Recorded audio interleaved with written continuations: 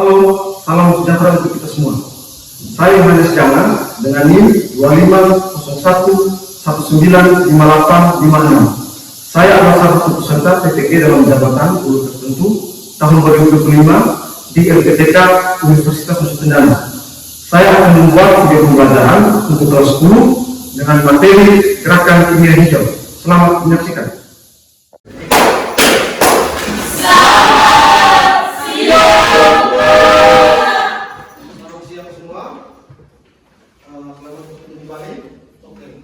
Sebelum kita memulai pelajaran kimia hari ini, rupanya kita belajar tolong silakan dulu.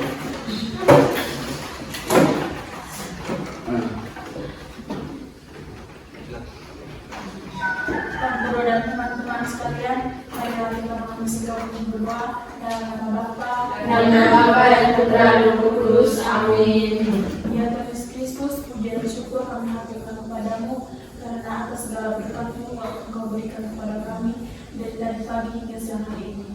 Dan pada siang hari ini kami akan mulai lagi kajian kami. Berilah terang Roh Kudus-Mu kepada kami agar apa yang diajarkan oleh Bapa dan Ibu Guru bisa dimengerti oleh kami. Namamu yang kudus, kiranya sepanjang segala macam. Amin. Santo Agustinus, doakanlah kami. Dan Bapa dan Putra dan Roh Kudus. Amin. Silakan dulu. Terima kasih.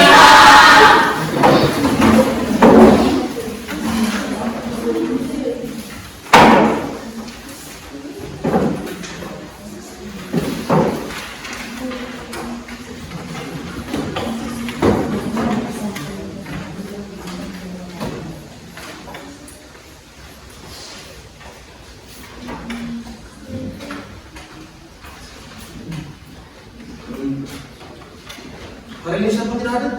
Hai semua. Ada semua ya? Ya.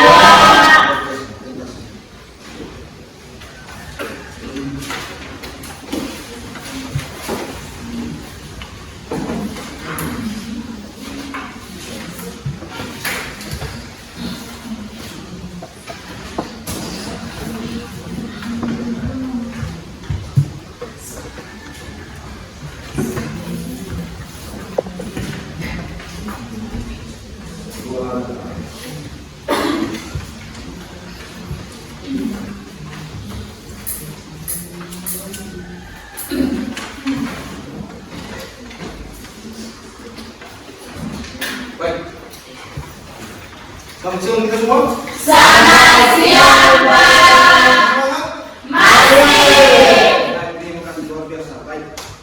Hari ini kita akan lanjut materi kita. Untuk materi hari ini kita akan belajar tentang green chemistry atau kimia hijau.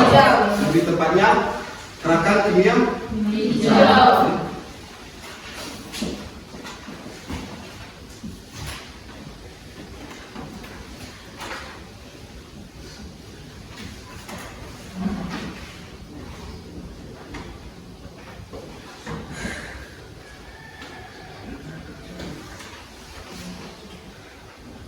Nah, seperti yang adik-adik semua lihat di depan, yang materi kita hari ini adalah gerakan kimia hijau. Kita akan belajar tentang prinsip-prinsip kimia hijau dan penerapan kimia hijau di sekitar kita. Nah, tujuannya adalah untuk mendesain masa depan kimia yang lebih aman dan berkelanjutan. Nah, zat kimia di sekitar kita. Setiap hari kita dikelilingi oleh proses-proses kimia. Mereka membantu membersihkan, menyembuhkan, dan memudahkan Hidup kita. Kira-kira bahan kimia apa saja yang ada di sekitar kita? Sabun. Sabun. Apalagi? Sabun. Apalagi? Insol. Itu yang berhubungan dengan membersihkan. Hal yang berhubungan dengan menyembuhkan. Nah, tadi obat luka, macam-macam ya. Alkohol. Nah, semuanya itu digunakan untuk memudahkan kehidupan kita. Nah, pertanyaannya, apa yang membuat produk kimia yang bermanfaat ini menjadi jahat bagi lingkungan setelah digunakan atau dibuang? Ya kan setelah kita menggunakannya kan otomatis akan ada sisa-sisa yang kita buangkan. Nah, kira-kira apa yang membuat produk ini digunakan sehari-hari itu bisa menjadi jahat bagi lingkungan setelah digunakan habis dibuang? Ada yang bisa menjawab mungkin?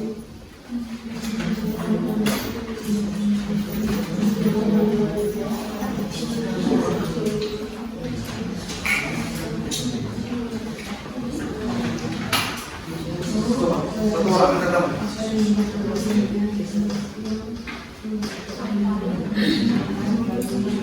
Oke, aku beri gambaran sedikit. Misalnya begini. Setelah kalian menggunakan shampoo tadi, kira-kira limbah apa yang dihasilkan? Kalian ke kios, kalian menggunakan shampoo. Setelah kalian menggunakan shampoo itu limbah apa yang dihasilkan? Pertama apa? Limbah plastik. Plastik dari Sampah. kemudian berikutnya apa lagi? Ada yang tahu selain limbah plastik? Limbah deterjen. Bisa hasil dari kita mencuci Rambut. Oke. Seperti itu. Kemudian contohnya apa lagi selain shampoo?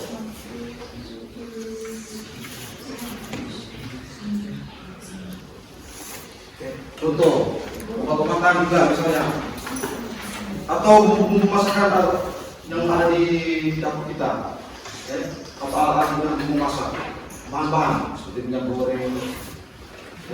Yang paling utama yang sering dihasilkan adalah sampah plastik, limbah sampah.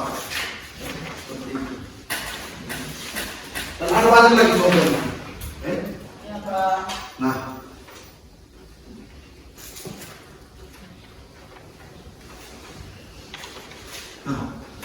kita akan masuk ke tujuan pembelajaran. Nah, tujuan pembelajaran kita hari ini itu adalah yang pertama, di akhir sesi ini kita akan siap bertindak sebagai desainer kimia yang bertanggung jawab. Jadi diharapkan kalian besok atau ketika kalian pulang ke rumah nanti setelah mempelajari materi ini, kalian bisa menjadi desainer kimia yang bertanggung jawab. Yang pertama yaitu kalian mampu menganalisis 12 prinsip kimia hijau.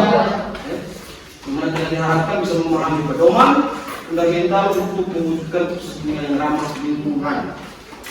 Kemudian yang kedua, menghubungkan prinsip kimia hijau tadi dengan masalah nyata. Untuk kalian diharapkan bisa mengidentifikasi pelanggaran prinsip dalam kasus limbah di sekitar kalian, baik di rumah maupun di sekolah. Yang ketiga, merumuskan solusi awal, menawarkan ide solusi berbasis kimia hijau berdasarkan 12 prinsip kimia hijau nanti untuk mengatasi masalah tersebut.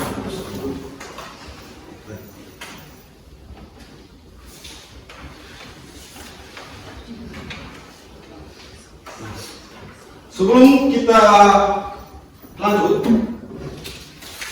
ke LKPD, Pak Guru mau kalian menyaksikan beberapa video.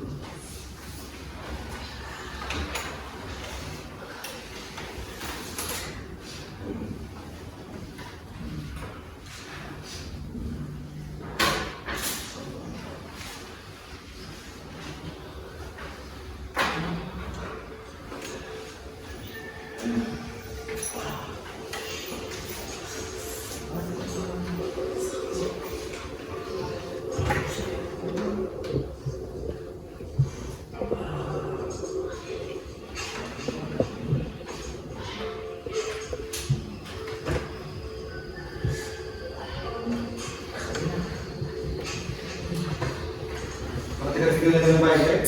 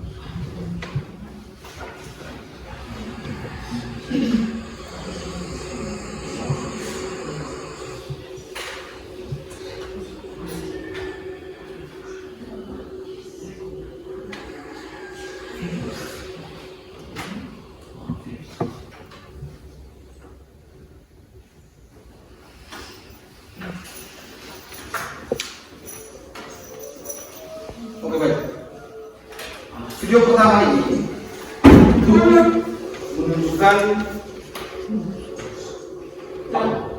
Lautan busa. busa Ya. yaitu menunjukkan lautan busa yang mencemari suatu sungai. Lautan busa. Kira dari video itu tuh apa yang bisa kalian ambil? Mungkin ada yang tahu?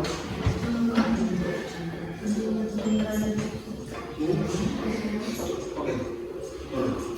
Yang pertama itu pembuangan limbah cucian. Pembuangan limbah cucian. Oke, busa itu kan biasanya berasal dari limbah Cucian. Silakan Ica, beri tangan. Oh, sudah dijawab. Oke, tidak apa-apa. Nah, itu untuk video yang pertama. Video yang kedua. Video yang kedua ini. Sampah plastik. Pencemaran sampah plastik di lautan. Pencemaran sampah plastik di Lautan. di pantai. Ya, sampah akibat dari apa? Orang yang membuang sampah Sembarangan. Sembarangan manusia yang membuang sampah. Sembarangan. Nah, kira-kira dari dua video ini, kira-kira dampak apa yang terjadi? Yang paling nyata. Silakan Ica. Dampak yang dari video pertama itu mengganggu kestabilan seseorang untuk aktivitas dan mengganggu kesehatan masyarakat. Untuk dampak yang kedua itu pencemaran di pantai dan juga bisa mempengaruhi masyarakat lainnya. Pertama, dampak yang paling nyata itu adalah kerusakan lingkungan. Yang pertama adalah kerusakan lingkungan. Dampak yang kedua, bisa mengganggu aktivitas Masyarakat. Setelah tadi kita lihat video tadi yang pertama soal busa ini, ada masyarakat yang lalu kiri kanan dengan motor, pandangannya terhalangi oleh busa yang berterbangan kan, Ya. yang bisa mengakibatkan kecelakaan. Sedangkan sampah-sampah yang bertumpukan di pantai tadi akan menimbulkan sumber penyakit.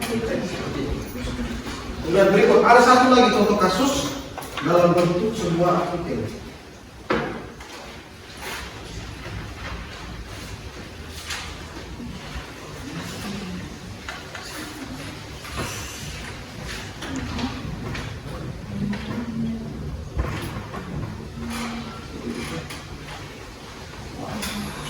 Sudah semua?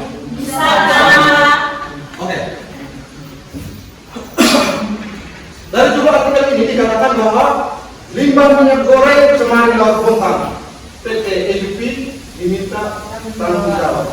Nah, di situ disajikan sebuah gambar. Gambar apa itu? Jika ada yang bisa, katakanlah silakan dari sini. Kalau ada yang bisa? Oke, silakan. Lautan yang dicemari oleh limbah minyak goreng. Sungai apa laut? Sungai laut. Tempatnya laut ya? Ya. Sungai laut Bontang. Ya. Tapi selain itu apa? Intinya yang mau disampaikan dari artikel ini.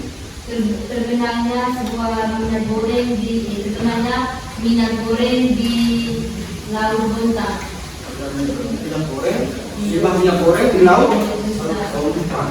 Jadi tepatnya bahwa artikel ini mau mengatakan bahwa terjadinya suatu pencemaran lingkungan di laut dan disebabkan oleh Minyak goreng yang mencemari Laut Bontang. Entah limbah itu berasal dari mana kita tidak tahu, tapi limbah itu sudah mencemari Lingkungan. Nampaknya apa? Nampaknya adalah adanya kerusakan ekosistem lautan. Nah, hal ini adalah laut. Baik.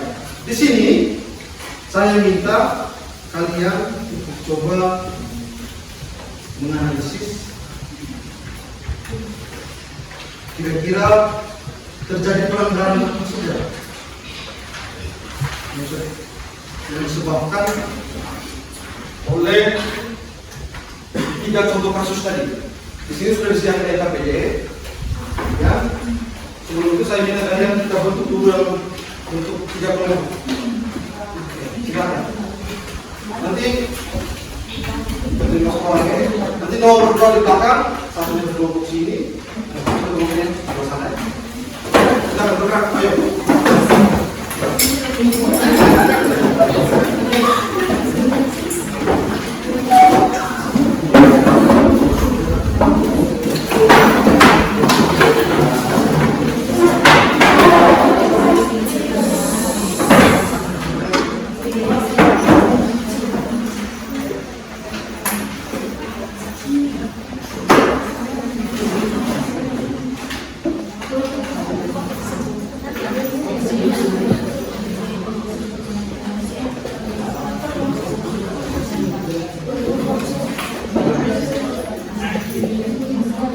Di sini semua.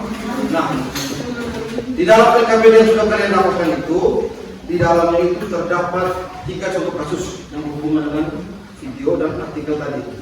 Nah, nanti untuk kelompok 1 kalian menganalisis kasus yang pertama, yaitu tentang ya rusa kimia, ini rusa yang disebabkan oleh deterjen tadi. Nah, kelompok 2 ya limbahnya bekas. Dan kelompok 3 itu contoh kasusnya adalah limbah. Oke, di situ kalian diminta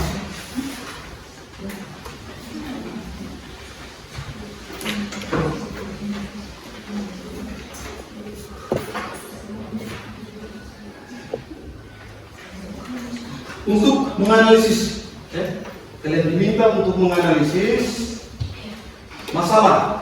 Kira-kira dari masalah itu penyebabnya apa saja, terus dampak yang di sekitar di sekolah itu apa saja.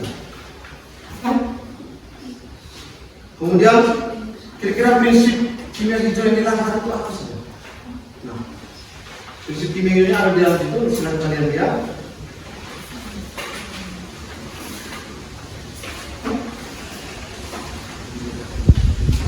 Nah, itu yang kedua, kalian diminta untuk merancang solusi hijau. Kira-kira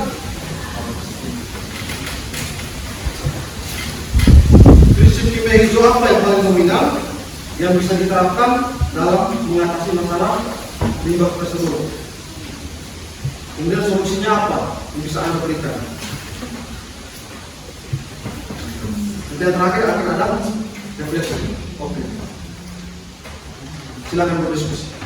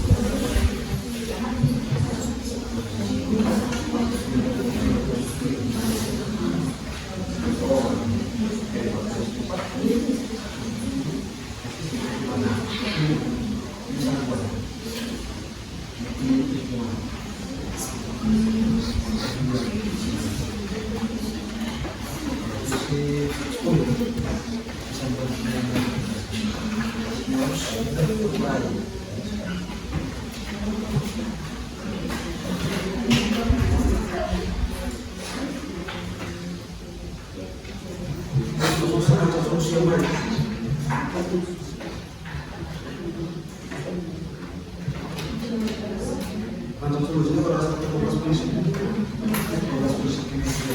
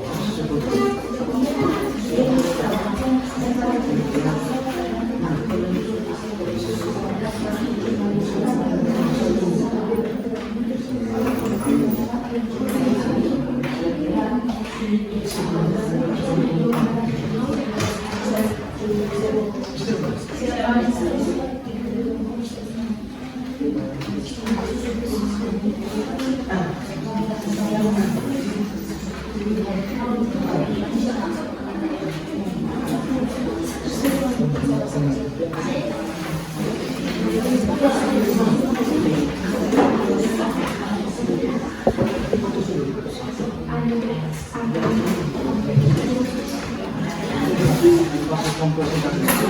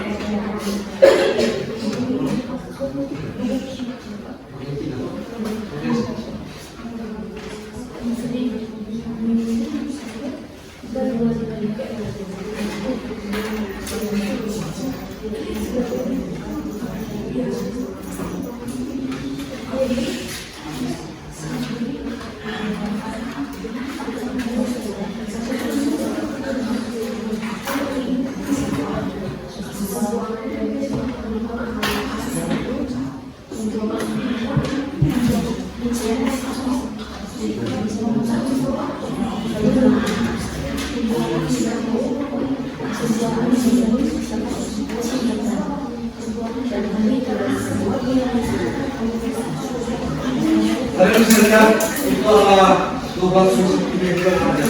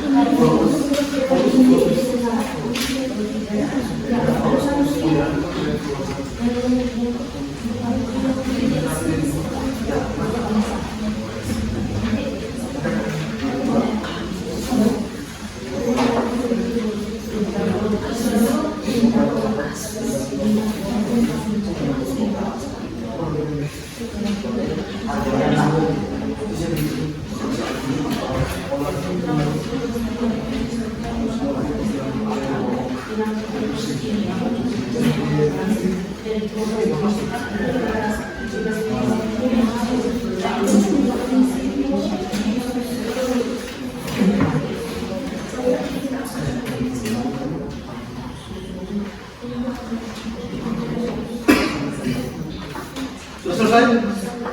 Belum? Sedikit lagi? Makanya.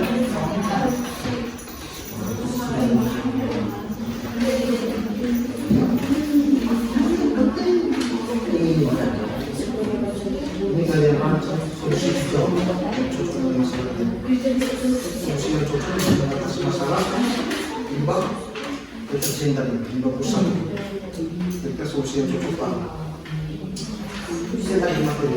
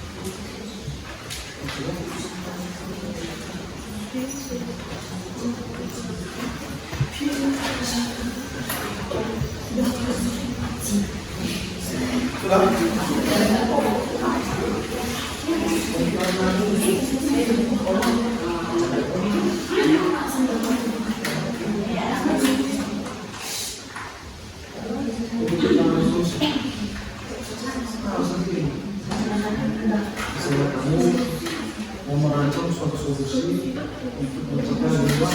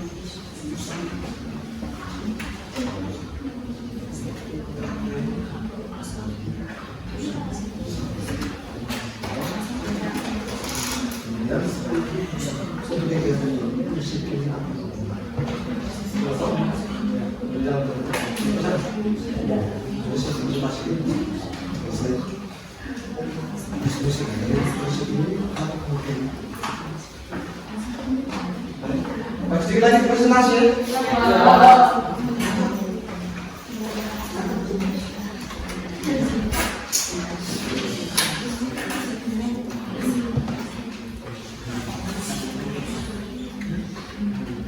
Sudah semua? Kalau sudah bersiapkan untuk presentasi.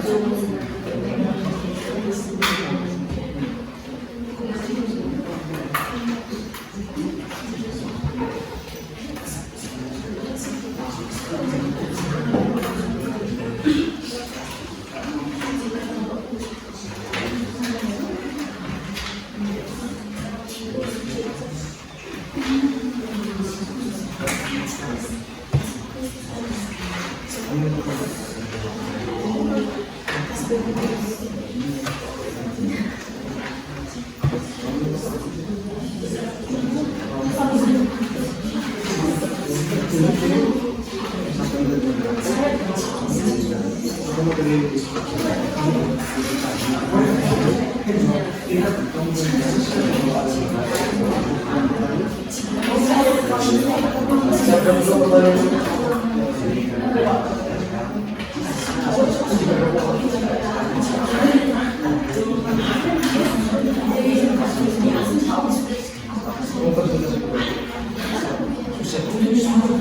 baik.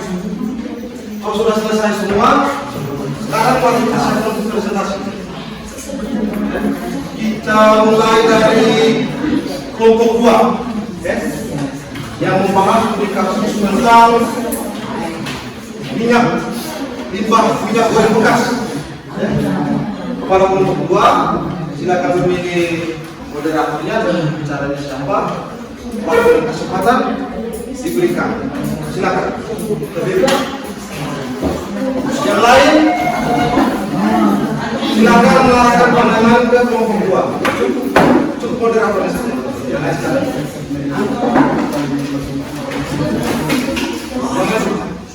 Cukup moderator.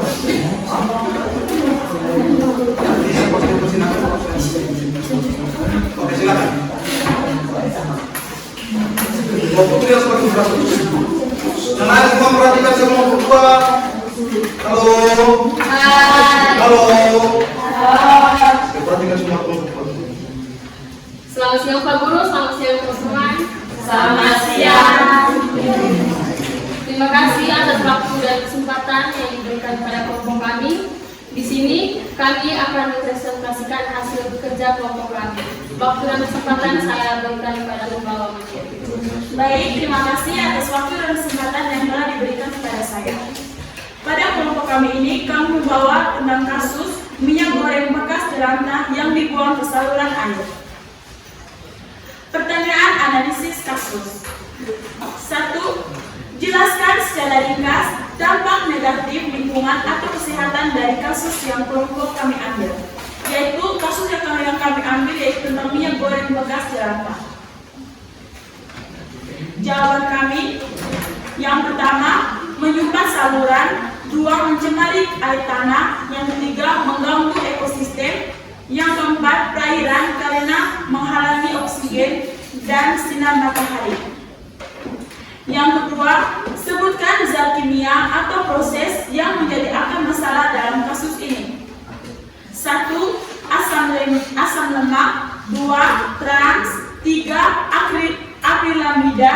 Yang keempat, radikal bebas.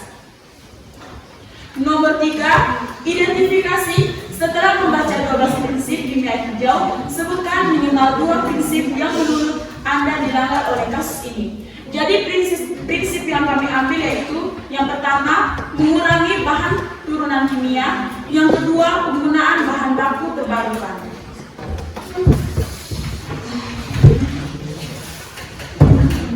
Kami lanjut di bagian aktivitas 2. Jadi nama solusi yang kami buat yaitu gerilya yang artinya gerakan limbah minyak. 2. Prinsip kimia hijau utama. Jadi prinsip yang kami ambil itu yang pertama P7 dan P10.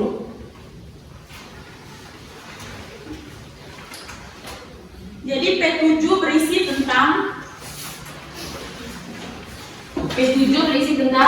penggunaan bahan baku terbarukan, menggunakan bahan baku yang berasal dari sumber daya terbarukan atau hasil pertanian daripada yang tidak terbarukan atau bahan bakar fosil. Yang 10, desain bahan kimia yang mudah terdegradasi. Produk kimia harus mudah terurai setelah digunakan menjadi zat yang tidak berbahaya atau tidak terakumulasi di lingkungan. Terima kasih. Yang terakhir, alasan kimia. Jadi kami akan menjelaskan alasan kimia. Jadi alasannya yaitu solusi yang dirancang berdasarkan prinsip kimia hijau lebih baik dan lebih ramah lingkungan Karina berfokus pada pencegahan polusi sejak awal proses, bukan hanya mengelola limbah setelah dihasilkan. Sekian presentasi dari kami. Mungkin ada pertanyaan dari teman-teman. Waktu dan kesempatan kami silakan. Silakan jika ada yang mau bertanya, silakan memasukkan tangan setinggi mungkin. Oke, Desia, waktu dan kesempatan kami silakan. Baik, terima kasih. Baik, terima kasih atas kesempatan yang diberikan saya. Di sini saya akan mengajukan 2 pertanyaan. Yaitu pertanyaan pertama. Bagaimana minyak jelantah dapat menyebabkan pencemaran air? Jelantah dapat menyebabkan pencemaran air.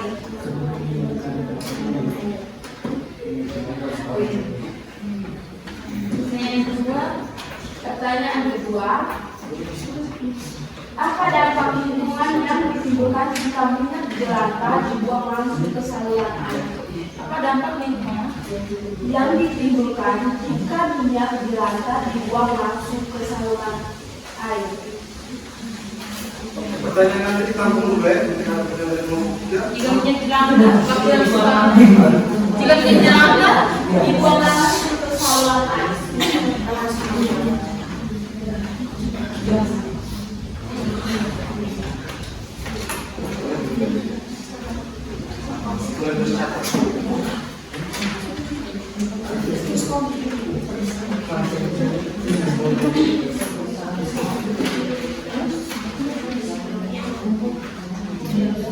Jelaskan apa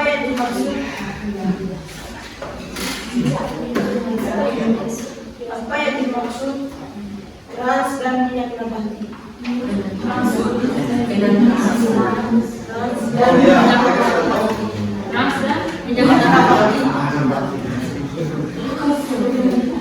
Kan tadi disampaikan limbah yang dihasilkan, ada disebutkan minyak nabati dan ada trans.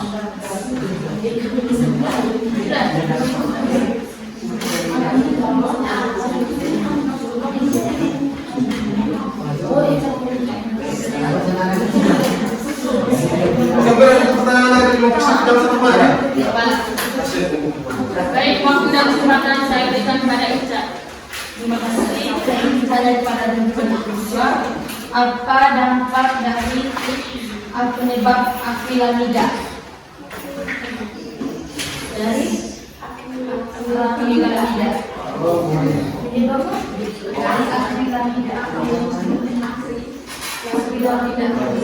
Jawab semua boleh saja. Silakan.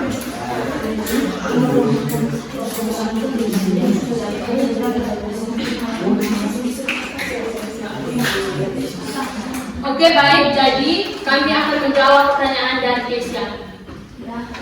Baik, pertanyaan kami terima dan kami akan menjawabnya.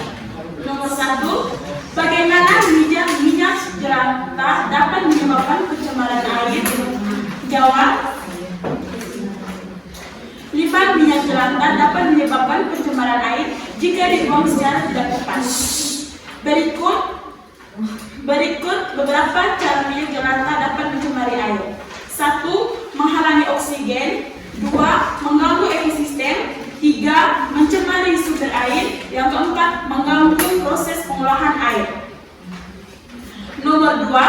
Apa dampak lingkungan yang ditimbulkan jika minyak jelantah dibuang langsung ke saluran air? Jawab.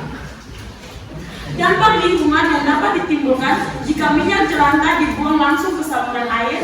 Yang pertama, pencemaran air. Yang kedua, kerusakan ekosistem. Yang ketiga, kematian biota. Yang keempat, pencemaran tanah. Yang kelima, dampak pada kesehatan manusia. Yang keenam, kerusakan fasilitas pengolahan air. Yang ketiga, apa dampak dari penyebab akrilamida? Jawab. Akrilamida adalah senyawa kimia yang dapat terbentuk dalam makanan yang kaya karbohidrat ketika dipanaskan pada suhu tinggi di atas 120 derajat Celcius. Dampak potensial dari paparan akrilamida antara lain 1. Kanker, 2. Kerusakan saraf, yang ketiga masalah reproduksi. Bagaimana reproduksi itu bisa diterima? Bisa.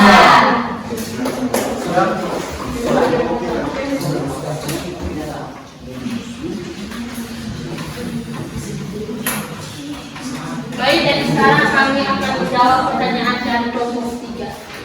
Baik, pertanyaan kami terima. Apa dampak dari penyebab akrilamida?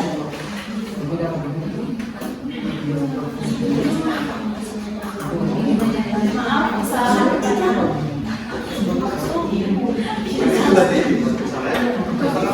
Jelaskan apa itu? Soalnya, jelaskan apa yang dimaksud dengan trans dan minyak nabati. Jawab, minyak nabati. Minyak nabati adalah minyak yang berasal dari tumbuhan seperti biji-bijian, kacang-kacangan atau buah-buahan. Contoh minyak nabati antara lain 1. Minyak kelapa sawit, 2. Minyak zaitun, 3. Minyak jagung, 4. Minyak kedelai. Minyak nabati digunakan sebagai bahan makanan, kosmetik, dan industri. Yang kedua, minyak nabati digunakan sebagai bahan makanan, kosmetik, dan industri. Lemak trans adalah jenis lemak yang terbentuk melalui proses hidrogenisasi, yaitu penambahan hidrogen ke minyak nabati untuk membuatnya lebih stabil dan padat. Lemak trans dapat ditemukan dalam makanan yang diproses seperti gorengan, kue, dan steak, margarin, dan mentega sintesis. Lemak trans dapat meningkatkan risiko penyakit jantung dan stroke karena dapat meningkatkan kadar kolesterol jahat dan menurunkan kadar kolesterol baik. Oleh karena itu, banyak negara yang membatasi penggunaan lemak trans dalam makanan. Bagaimana? Bisa diterima jawabannya? Sekian presentasi dari kami. Apabila ada kesalahan, mohon dibicarakan baik-baik, bukan berbicara yang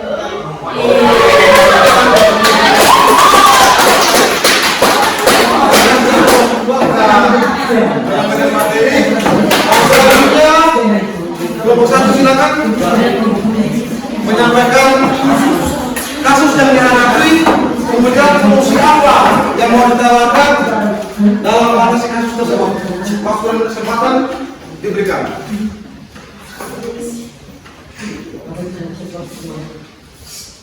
Silakan. Jadi terima kasih atas waktu yang sangat diberikan para kelompok kami di sini dan akan mempresentasikan hasil diskusi dari teman. Saya silakan kepada teman saya. Baik, terima kasih Franco.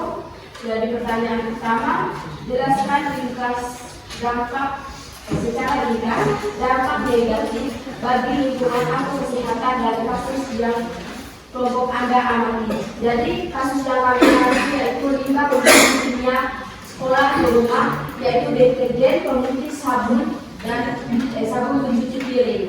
Jadi dampak terhadap lingkungan, yang pertama pencemaran air dan tanah, yang kedua kematian biota air, yang ketiga kerusakan ekosistem,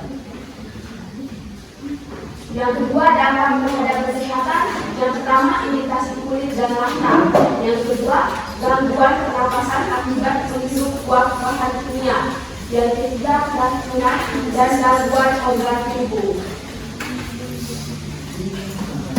Pertanyaan kedua, sebutkan zat kimia atau proses yang menjadi akar masalah dalam kasus ini. Zat kimia yang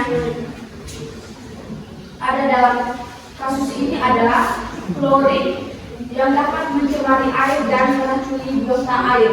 Yang kedua, amonia yang menyebabkan iritasi dan meracuni berbagai makhluk hidup. Yang ketiga, fosfat memicu pertumbuhan alga berlebihan. Yang kedua, akar masalahnya pembuangan limbah cair tanpa pengolahan terlebih dahulu ke saluran air atau tanah. Yang kedua, penggunaan berlebihan bahan kimia.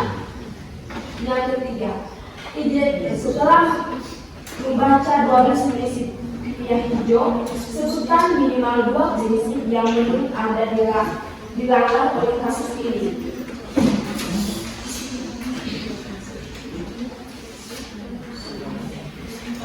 Yang prinsip pertama, pencegahan atau prevention. Yang prinsip kedua, prinsip ke-10, desain untuk degradasi atau desiklodesination. Yang ketiga, prinsip ketiga, desain produk kimia yang berlebihan.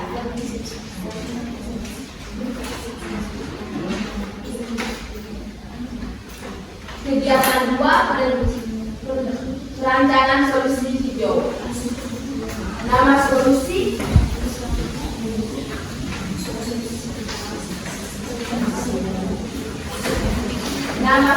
yang kami buat di sini adalah Gerapusa, yang artinya gerakan anti busa 1.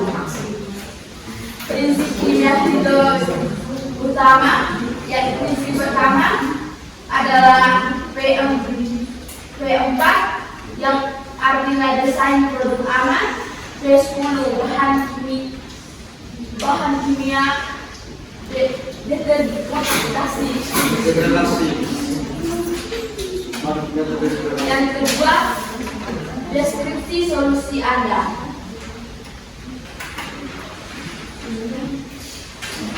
Jadi solusi kami adalah mengganti deterjen yang digunakan di rumah atau sekolah dengan produk yang berlabel atau bebas fosfat dan menggunakan surfaktan alami. Yang ketiga, alasan kimia.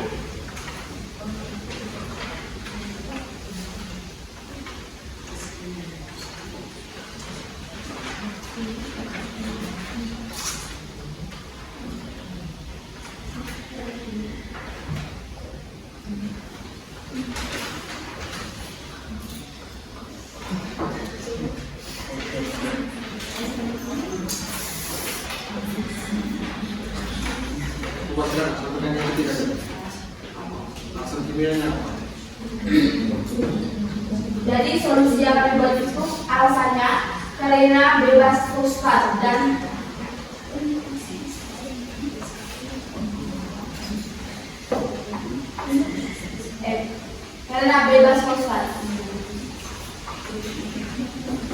bagian 3, presentasi dan refleksi.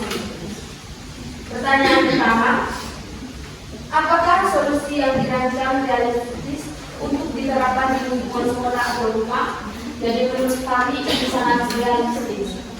Jadi yang pertanyaan kedua, apakah kelompok kamu mampu menjelaskan hubungan antara solusi dan prinsip kimia hijau?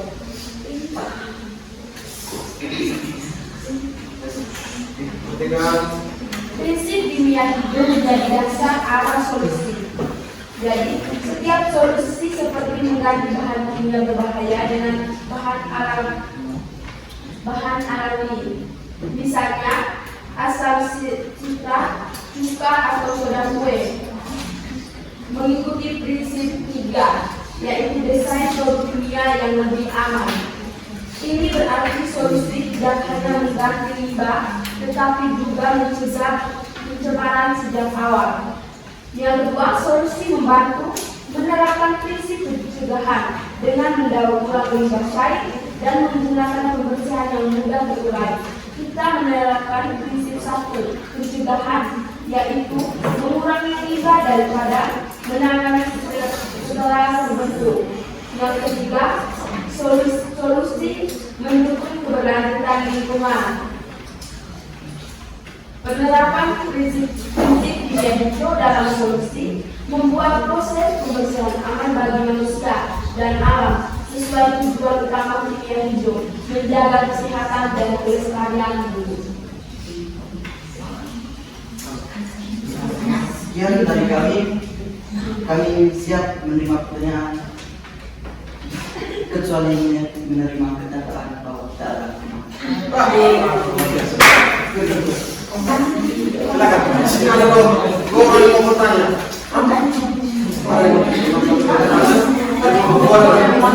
Pada aku mau sekolah tadi silakan itu pertanyaan. Baik, terima kasih. Baik, terima kasih atas waktu dan kesempatan yang telah diberikan kepada saya. Jadi pertanyaan saya nomor satu, berikan contoh limbah kimia yang ada di sekolah. Berikan contoh limbah kimia yang ada di sekolah.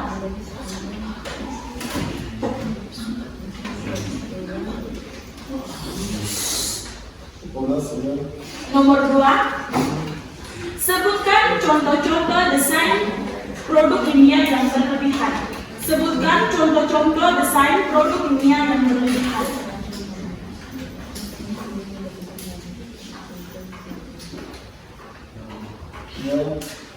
Yang ketiga, apa yang terjadi jika tidak ada pencegahan limbah? Apa yang terjadi jika tidak ada pencegahan limbah?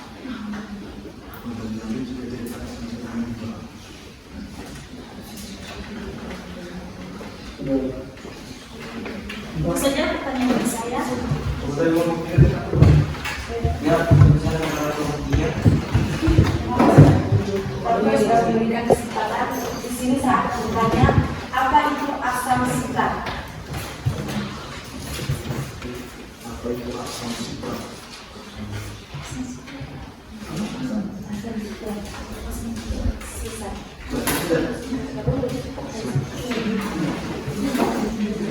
baik, di sini kita akan jawab dari pertanyaan dari teman-teman.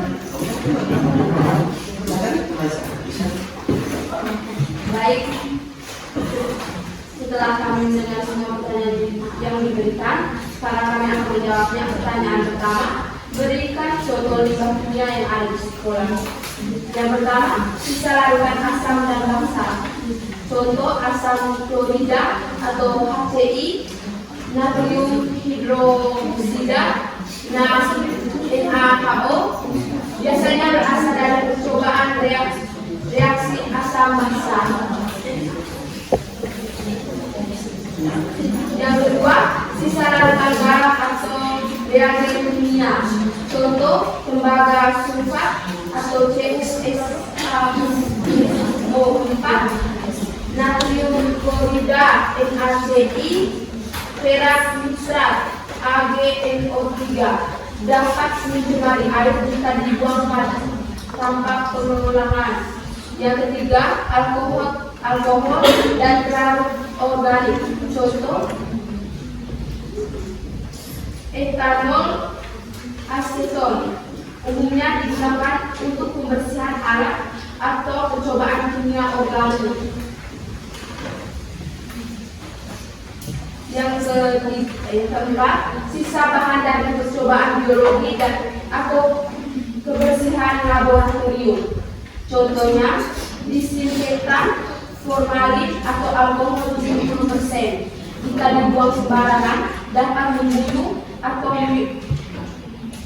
mikroorganisme baik di lingkungan. Pertanyaan kedua, sebutkan contoh desain produk kimia yang berlebihan.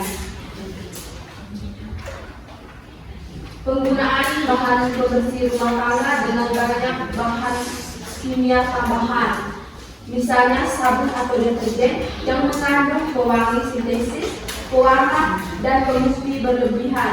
Akibatnya, boros bahan kimia berbahaya bagi kulit dan mencemari air.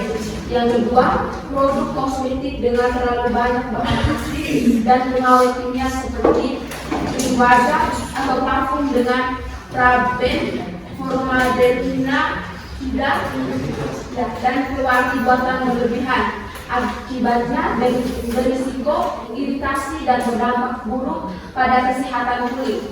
Yang ketiga, kemasan plastik berlapis-lapis untuk produk kimia atau makanan mengandung lapisan plastik, aluminium, dan pewarna yang sulit didaur ulang. Sekian, akan Satu-satu keluar dulu.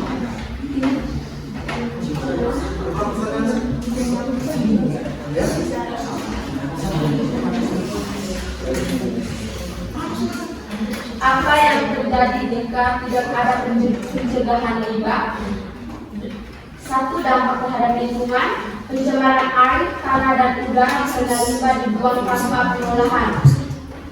Yang kedua, kerusakan ekosistem makhluk hidup seperti ikan, tumbuhan, dan hewan darat dapat mati akibat terkumpul limbah. Yang kedua, dampak terhadap kesehatan, timbulnya penyakit kulit, pernapasan, dan pencernaan akibat air atau udara yang tercemar. Yang kedua, keracunan bahan kimia berbahaya, terutama dari limbah industri atau rumah tangga. Sekian dari kami. Jika ada pertanyaan bisa ditanyakan.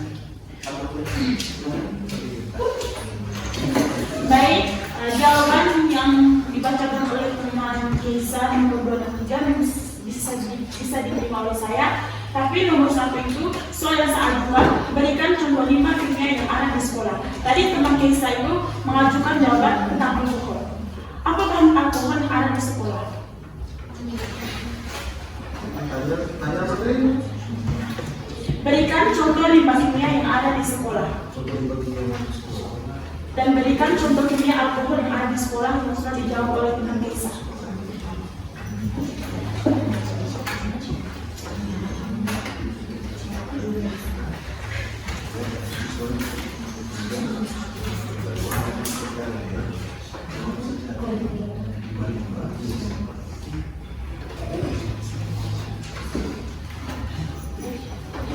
Jadi contoh alkohol yang contoh limbah yang ada di sekolah itu misalnya limbah sabun cuci yang digunakan oleh para siswa dan guru. Yang kedua, limbah plastik kimia. Terus jawaban yang kedua yang Jadi begini, sebentar. Kalau ditanya limbah-limbah apa saja dari sekolah, yang berhubungan dengan kasus yang mereka ambil. Di sekolah itu kan setiap kali habis pelajaran kan waktu guru cuci tangan, apa gitu cuci tangan kan?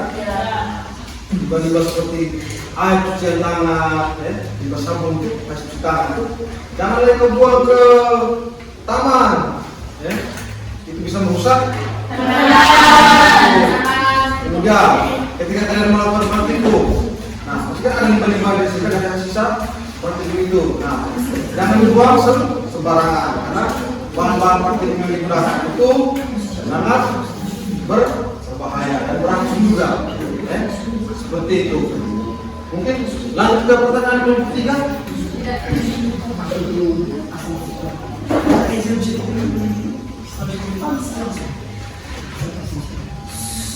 Lanjut ke pertanyaan nomor 3 silakan. Jadi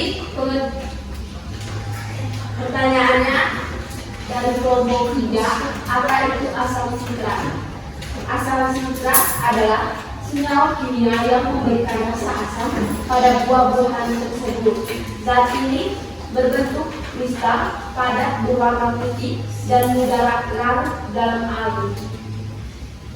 Apakah bisa digunakan? Bisa. Sekian dari kami. Jika masih ada pertanyaan bisa ditanyakan kepada kita ibu kasihkan dari para bicara.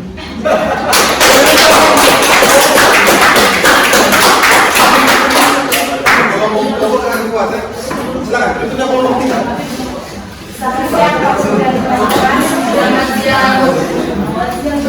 Terima kasih atas kesempatan yang diberikan kepada kelompok 3 untuk mempresentasikan hasil diskusi kami. Waktu dan kesempatan saya berikan kepada pemateri. Terima kasih Mas Eka yang sudah memberikan kesempatan kepada saya untuk Jadi, kami akan menjelaskan orientasi masalah dan analisis kasus. Jadi dari kelompok kami menjelaskan kasus 3, yaitu limbah plastik sekali pakai. Jadi kami akan menjawab pertanyaan analisis kasus. Pertanyaan pertama, jelaskan secara ringkas dampak negatif lingkungan atau kesehatan dari kasus yang kelompok kami amati. Jawabannya, dampak negatifnya pencemaran lingkungan, kerusakan ekosistem, perubahan iklim, dampak kesehatannya, keracunan, penyakit, dan kesehatan mental. Pertanyaan nomor 2, sebutkan zat kimia atau proses yang menjadi akar masalah dalam kasus ini. Jadi jawabannya bisosfuran, dioksin, dan stirena. Pertanyaan nomor 3, identifikasi. Setelah membaca berbagai prinsip kimia hijau, sebutkan minimal 2 prinsip yang menurut kelompok kami dilanggar oleh kasus ini. Prinsip yang pertama, pencegahan limbah. Prinsip kedua, penggunaan bahan baku terbarukan. Yang berikutnya, rancangan solusi hijau. Nama solusi yang kami ambil, gerakan anti plastik atau berpadu. Prinsip kimia hijau utama. Kami memilih 2 prinsip yang paling dominan diterapkan dalam solusi kami. Prinsip nomor 1, menerapkan gerakan refill atau isi ulang. Alasan kami menerapkan gerakan refill atau isi ulang, contohnya botol plastik yang dapat digunakan berulang kali untuk dapat dipakai lagi. Prinsip yang nomor 2, menggunakan plastik dari bahan nabati. Alasan ini adalah pilihlah plastik yang lebih ramah lingkungan dan dapat didaur ulang. Yang berikut, presentasi dan refleksi. Pertanyaan refleksi akhir diisi dari pertanyaan 1, apakah solusi yang dirancang realistis untuk diterapkan di lingkungan sekolah atau rumah? Jadi jawaban ya, karena penggunaan atau minum daripada makan isi ulang, penerapan ini dapat mengurangi sampah plastik. Pertanyaan nomor 2, apakah kelompok mampu menjelaskan hubungan antara solusi dan prinsip kimia hijau? Jawabannya ya, solusinya yaitu mengurangi penggunaan plastik. Prinsipnya, tanggung jawab atas limbah plastik yang dihasilkan oleh penduduk mereka. Demikian hasil presentasi. Di sini kami membuka sesi tanya jawab. Waktu dan kesempatan saya berikan kepada teman-teman untuk memberikan pertanyaan kepada kelompok 3. Silakan mungkin yang mau mengajukan pertanyaan terhadap kelompok 3. Silakan menggunakan tingginya. Satu orang, ada lagi mungkin? Oke, nomor 2 dulu. Sesi yang lain itu. Silakan. Terima kasih atas waktu dan kesempatan yang telah diberikan kepada saya. Jadi pertanyaan yang akan saya berikan kepada kelompok 3, nomor 1, jelaskan secara menyeluruh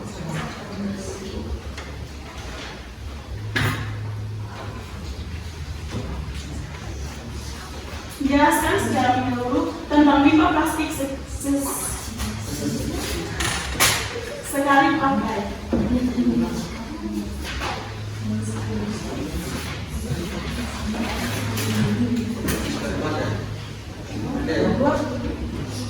Nomor 2,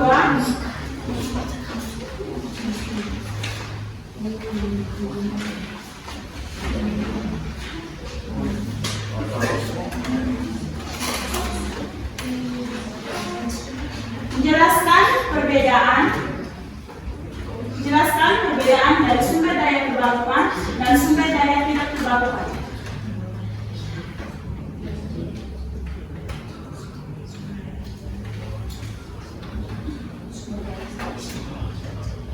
Jelaskan perbedaan dari sumber daya terbarukan dan sumber daya tidak terbarukan. Pada teman-teman saya berikan waktu. Terima kasih. Di sini ada pertanyaan yang akan kami berikan. Pertanyaan pertama, mengapa penggunaan plastik sekali pakai menjadi masalah lingkungan? Mengapa penggunaan plastik sekali pakai menjadi masalah lingkungan?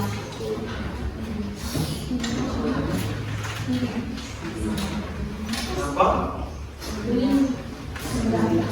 Mengapa penggunaan plastik sekali pakai menjadi masalah lingkungan? Jadi masalah ini kan.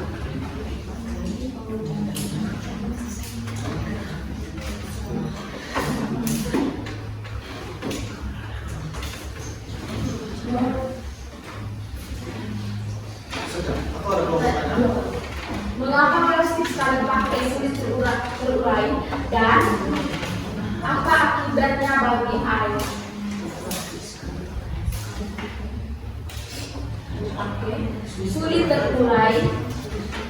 Dan apa akibatnya bagi air?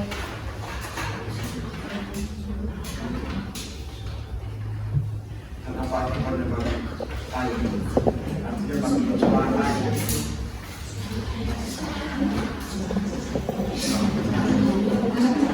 Sudah?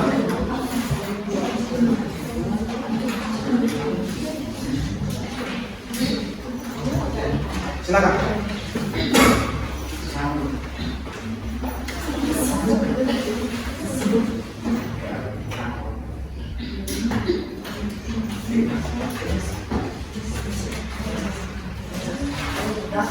Saya nomor 3 untuk menjawab.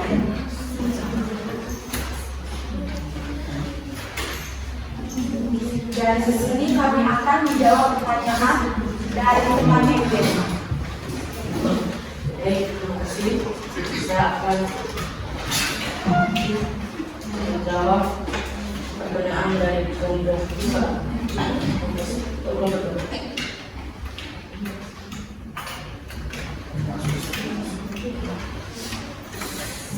1, jelaskan secara menyeluruh tentang limbah plastik sekali pakai. Limbah plastik sekali pakai adalah jenis limbah yang dihasilkan dari penggunaan plastik yang hanya digunakan sekali dan kemudian dibuang. Contoh limbah plastik sekali pakai meliputi 1 kantong plastik, 2 sedotan, 3 gelas plastik.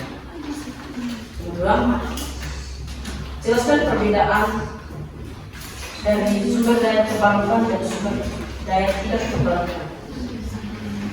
Sumber daya terbarukan adalah sumber daya alam yang dapat diperbarui secara alami dalam waktu yang relatif singkat. Contoh sumber daya terbarukan meliputi 1. Energi surya. Energi surya dihasilkan dari sinar matahari. 2. Energi angin. Energi yang dihasilkan dari angin. 3. Energi air. Energi yang dihasilkan dari aliran air. 3. Mengapa penggunaan plastik sekali pakai menjadi masalah lingkungan?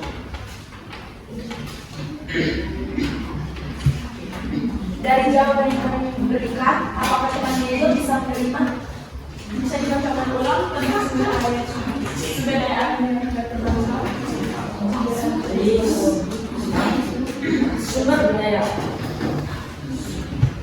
daya tidak terbarukan adalah sumber daya alam dan tidak dapat diperbarui secara alami dalam waktu yang relatif singkat. Contoh sumber daya tidak terbarukan meliputi 1. Bahan bakar fosil, yaitu minyak bumi, gas alam, dan batu bara. Yang kedua, mineral. Contohnya adalah emas, perak, tembaga, dan mineral lainnya. Apakah jawaban dari kami bisa Mebel terima? Dan kami lanjut jawab pertanyaan yang diberikan dari kelompok 1. Pertanyaan dari kelompok 1, mengapa penggunaan plastik sekali pakai menjadi masalah lingkungan? Plastik sekali pakai sulit terurai karena struktur kimia yang kuat rentan terhadap proses alami. Berikut beberapa alasan mengapa plastik sekali pakai sulit terurai. 1. Struktur polimer. Plastik terbuat dari polimer yang terdiri dari molekul-molekul besar dan kompleks. Struktur ini membuat tahan terhadap proses penguraian alami. Yang kedua, tidak dapat diuraikan oleh mikroorganisme. Mikroorganisme seperti bakteri dan jamur tidak dapat menguraikan plastik karena struktur kimianya yang kompleks. Nomor 2,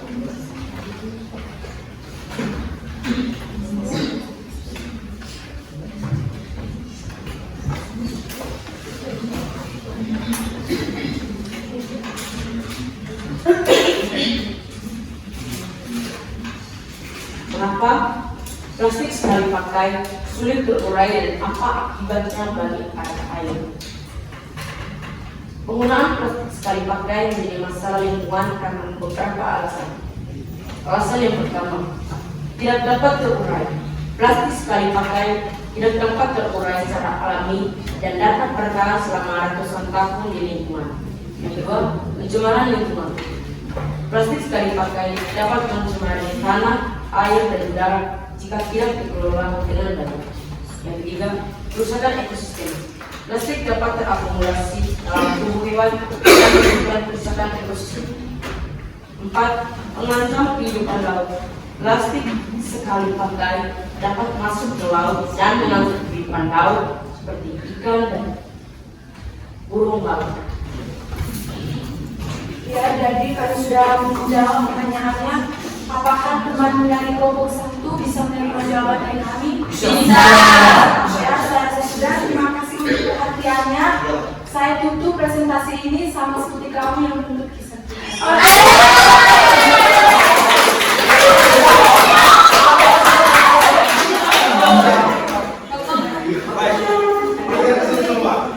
Dari hasil presentasi kalian, dari studi kasus yang kalian hadapi, yang kalian diskusikan, ya, dapat disimpulkan bahwa penggunaan bahan-bahan kimia yang tidak bertanggung jawab, kemudian sisa-sisa limbah pembuangan atau limbah bahan kimia yang digunakan atau dibuang atau ditempatkan secara tidak bertanggung jawab dapat menyebabkan terjadi yang namanya kerusakan lingkungan. Intinya adalah itu. Jadi dari 12 prinsip kimia hijau ini ada prinsip-prinsip kimia yang dilanggar, ada juga prinsip-prinsip kimia yang bisa digunakan untuk bisa mengatasi permasalahan yang disebabkan oleh bahan-bahan kimia di lingkungan sekolah, lingkungan rumah, di alam maupun di tempat-tempat lain. Nah, setelah kalian berdiskusi tadi, kemudian saling bertanya, saling menjawab pertanyaan yang satu dengan pertanyaan yang lain. Kira-kira apa yang bisa kalian dapatkan dari hasil diskusi kalian tadi? Dan boleh ditulis di dalam kertas dulu. Dan ditulis. Kemudian nanti dikumpulkan bersama dengan lembar kerja yang untuk kalian. Apa yang kalian rasakan setelah kalian berdiskusi antara teman satu kelompok, kemudian dengan kelompok lain?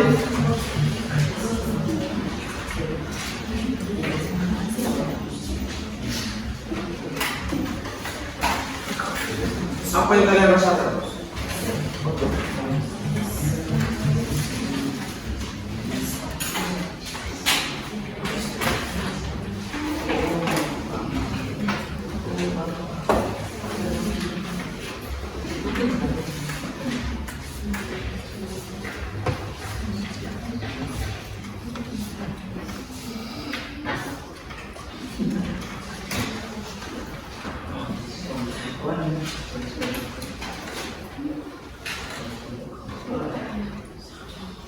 Apa yang kalian rasakan setelah kalian berdiskusi terhadap kasus-kasus tadi yang sudah dibahas, ya?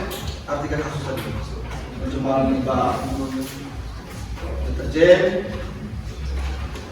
minyak bekas, dan sampah plastik. Apa yang kalian rasakan?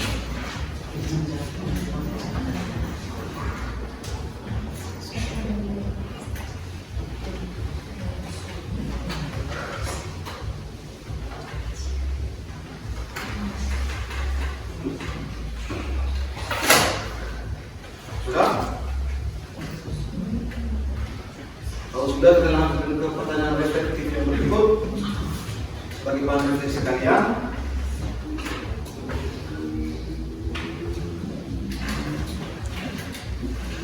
Pertanyaan refleksi yang kedua, dari ke-12 prinsip kimia hijau di atas, prinsip kimia apa yang bisa kalian bawa dan kalian terapkan di rumah? boleh berhubungan dengan ketiga kasus tadi, ataukah ada prinsip kimia lain yang bisa kalian terapkan di rumah maupun di lingkungan kalian?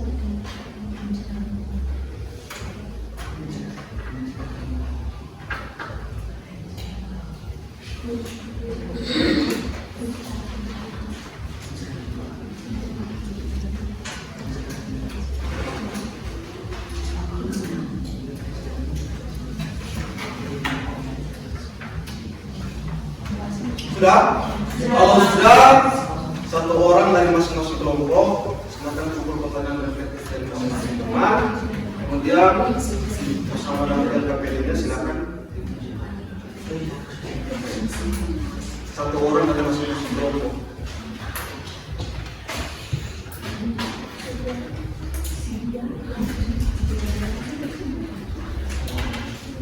Kalau yang tadi orang terus dicetak itu silakan.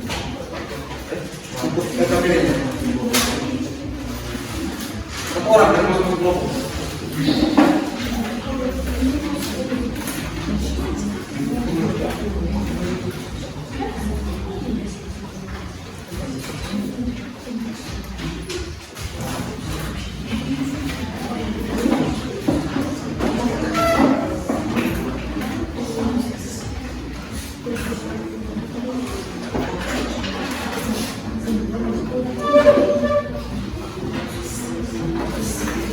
Satu, sudah? Satu orang paus.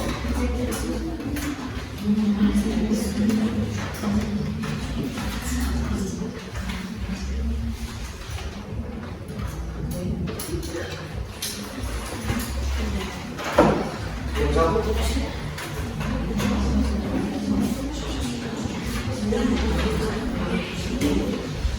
Sudah?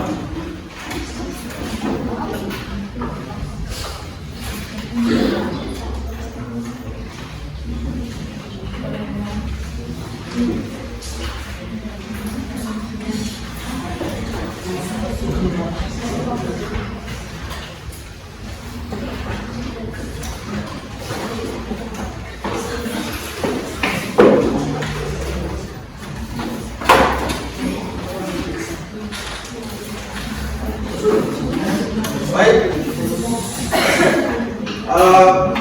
pertemuan kita pada siang hari ini sampai di sini. Pertemuan kita sampai di sini. Kemudian minggu depan kita akan belajar tentang reaksi kimia. Kita akan baik-baik untuk materi selanjutnya. Sebelum kita pulang, jangan lupa hal-hal baik yang sudah kita hari ini silahkan kalian bawa ke rumah, silahkan diterapkan di rumah, dan guru kalian. Sebelum kita menutup perjumpaan kita, saya minta satu orang untuk